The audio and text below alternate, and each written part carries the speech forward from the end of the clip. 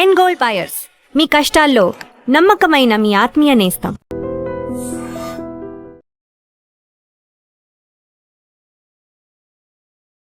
Welcome to iDream media. So obesity, ఊబకాయం సమస్య ఇబ్బంది పెడుతూ ఉంటుంది. ఊబకాయం వల్ల అనేక రకాల అనారోగ్య సమస్యలు వస్తాయి, లేదా ఏదైనా అనారోగ్యం ఉంటే కూడా ఒబిసిటీ వస్తుందని చెప్తూ ఉంటారు. అయితే ఈ ఒబిసిటీని, ఊబకాయాన్ని, బరువు ఎక్కువగా ఉండడాన్ని తగ్గించడానికి ఆయుర్వేదంలో చాలా చక్కటి టిప్స్ ఉన్నాయి, ట్రీట్మెంట్స్ ఉన్నాయి.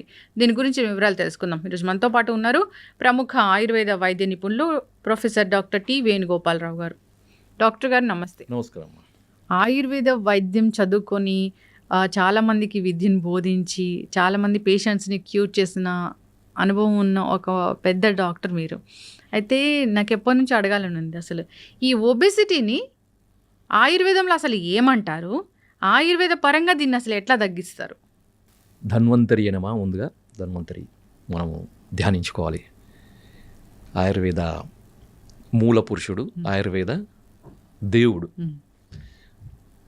ముందుగా ఒబేసిటీ లేకపోతే స్థౌల్యం అని ఆయుర్వేదంలో దీనికి పేరు అనమాట. స్థూలత, బల్కీనెస్, బల్కీ బాడీ, హెవీ బాడీ, వీటన్నిటి కూడా స్థూలత్వం లేకపోతే స్థూలత్వం ఉన్న శరీరాన్ని స్థౌల్యం అంటారు.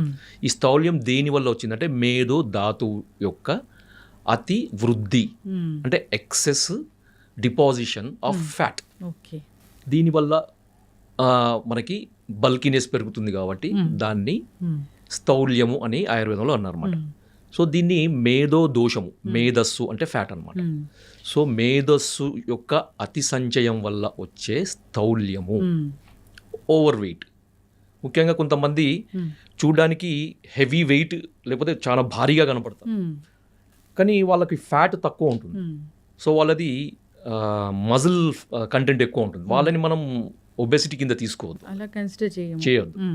మేధో మాంసాది వృద్ధాత్ చలస్ఫిక్ ఉదరస్తనః. ఎవరికైతే మనకి బాడీ చెస్ట్ బాగా మనకి ఫ్లాబీనెస్, తర్వాత ఊగుతూ ఉంటుందో, తర్వాత తొడలు, చేతులు, తర్వాత పిరుదులు, ఇవన్నీ కూడా బల్కీగా అయిపోయి నడుస్తుంటే కదిలినట్టు, వేలాడినట్టు కనబడుతుంది. వాళ్ళని మాత్రం మనము స్థూలత్వం కింద తీసుకోవచ్చు.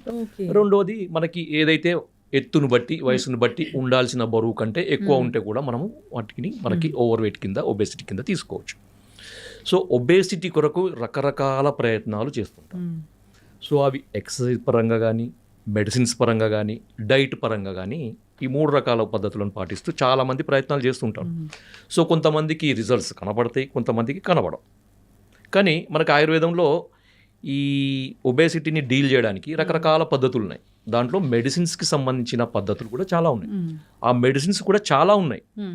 సో దాంట్లో నేను దాదాపుగా ఒక 15 సంవత్సరాల నుంచి నా పేషెంట్స్కి ఒబేసిటీ అనేది, ఓవర్ వెయిట్ అనేది రీజన్ ఏదైనా ఉండదు. కొంతమందికి బై బర్త్ అంటే మనకి జెనెటికల్గా వచ్చే ఒబేసిటీ, రెండవది ఎక్కువ తినడం వల్ల వచ్చే ఒబేసిటీ, మూడవది ఏదైనా ఇతర కారణం వల్ల, ముఖ్యంగా థైరాయిడ్ లేదంటే పీసీఓడి ప్రాబ్లం, మెటబాలిక్ ట్రయాడ్ అంటారు అనమాట.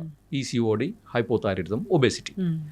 సో ఈ 3 కలిసి ఉండే రోగాలలో కూడా మనకి ఈ మందు ఇవ్వడం వల్ల చాలా అద్భుతమైన ఫలితాలు వచ్చినాయి. మందు ఒక మెడిసిన్, ఒక కాంబినేషన్ ఆఫ్ మెడిసిన్, అది మీకు అందరికీ చెప్తాను. మీరు కూడా తయారు చేసుకోవచ్చు, వాడుకోవచ్చు, నిరభ్యంతరంగా వాడుకోవచ్చు. ఇంకేం లేదు డాక్టర్ గారు, ఎటువంటి అంటే నాకు ఈ సీక్రెట్ ఫార్ములాని రివీల్ చేయడంలో నాకు ఎటువంటి అభ్యంతరం లేదు. మీకు కావాలంటే కూడా నాకు ఫోన్ చేయండి, నేను దాన్ని మీకు తయారు చేసింది ఇవ్వగలుగుతాను. సో దాన్ని చూద్దాం ఇప్పుడు అసలు దానికి ఏమేమి ఇంగ్రీడియంట్స్ అవసరం ఉన్నాయి అనేది. సో దీన్ని ఏమంటారు, ముందుగా దీనికి ఒక పేరు అయితే ఉంటుంది కదా ఆ కాంబినేషన్కి. దాన్ని యోగరత్నాకరం అనే గ్రంథంలో చెప్పిల్లు అనమాట. సో ఈ కాంబినేషన్ని దాన్ని ఫలత్రికాది చూర్ణం అని చెప్పారనమాట. త్రికాది చూర్ణం. ఓకే, ఈ పేరు గుర్తుపెట్టుకోండి. దీంట్లో ఏమేమి ఉంటాయి, దీంట్లో మొట్టమొదటిది త్రిఫలాలు, త్రికటకాలు ప్లస్ సైంధవ లవణం. సార్ మరి త్రిఫలాలు అంటే ఏంటి, త్రికటకాలు? త్రిఫలాలు అంటే చాలా మందికి తెలుసు, కానీ మళ్ళీ చెప్తున్నా. అది కరక్కాయ, తానికాయ, ఉసిరికాయ.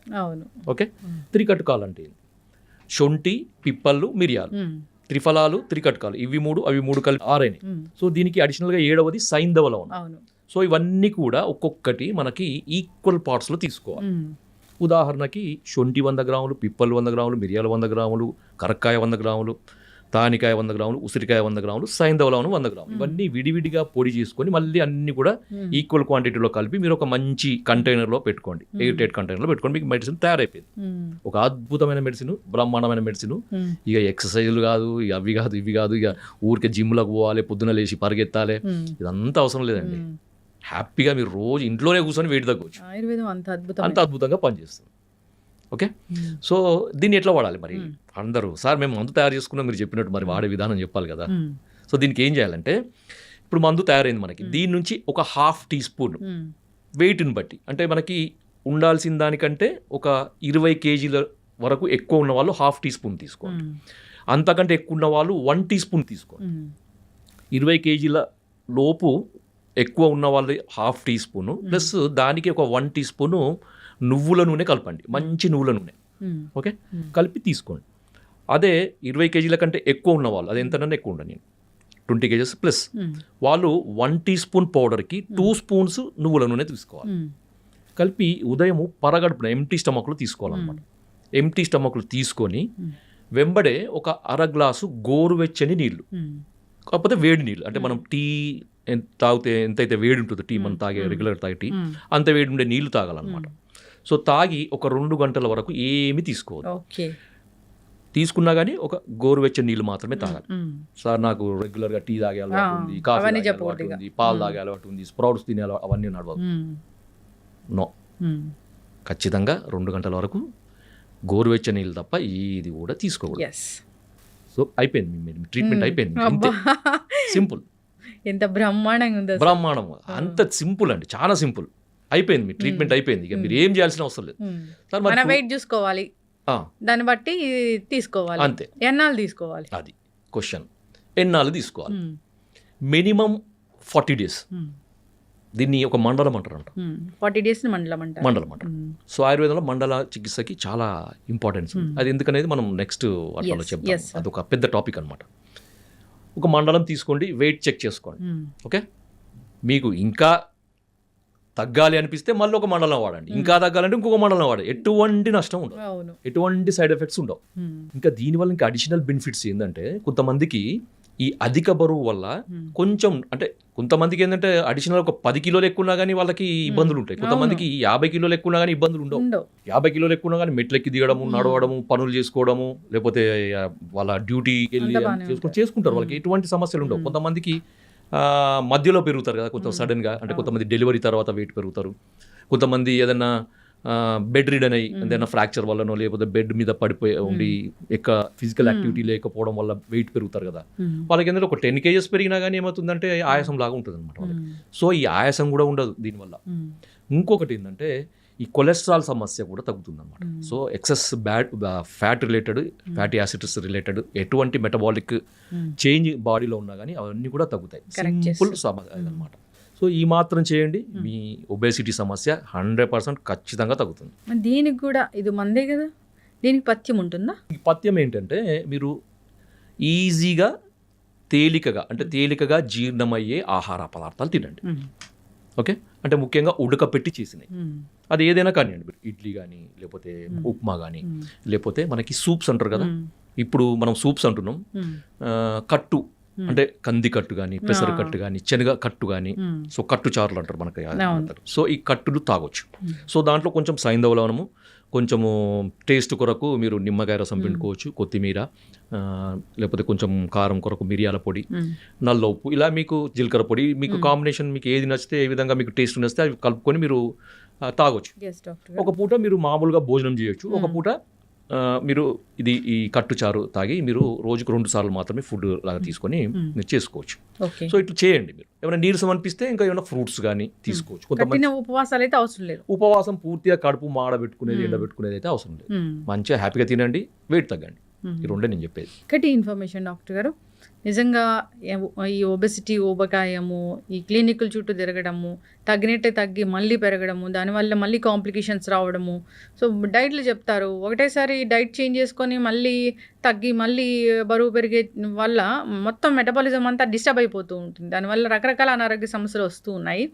అట్లా కాదు, ఆయుర్వేద వైద్యులు ఉన్నారు, చక్కటి ఇన్ఫర్మేషన్స్ ఉన్నాయి వాళ్ళ దగ్గర, చక్కటి మందులు ఉన్నాయి వాళ్ళ దగ్గర.